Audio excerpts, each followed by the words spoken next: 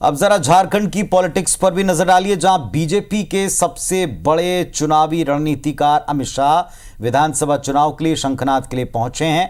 शनिवार को केंद्रीय गृह मंत्री अमित शाह रांची के प्रवास पर रहे। यहां आयोजित बीजेपी कार्य समिति की बैठक में कार्यकर्ताओं को चुनावी तैयारी में जुट जाने का संकल्प दिलवाया।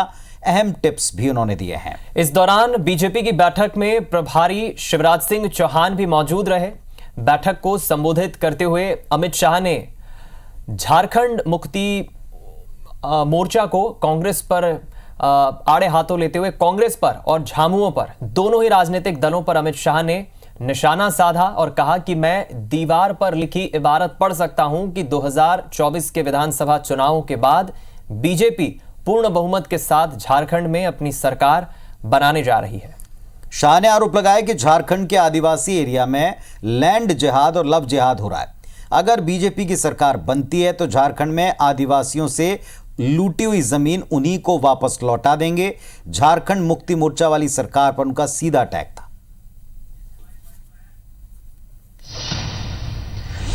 के क्षेत्र में लैंड जिहाद, लव जिहाद कर भूमि का संतुलन भी बिगाड़ रहे हैं और जनसंख्या का संतुलन भी बिगाड़। देश भर में कहीं आदिवासी जनसंख्या कम हो रही है, केवल और केवल झारखंड में हो रही है।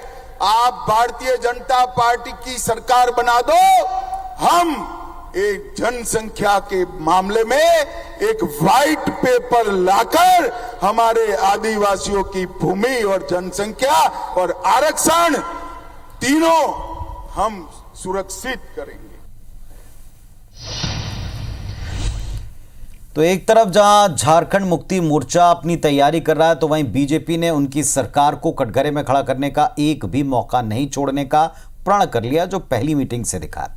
जाहिर है बीजेपी ने लोकसभा चुनाव के नतीजों के फौरन बाद होने वाले 5 राज्य, जिसमें झारखंड भी आता है, विधानसभा चुनाव को लेकर अभी से तैयारी तेज कर दी।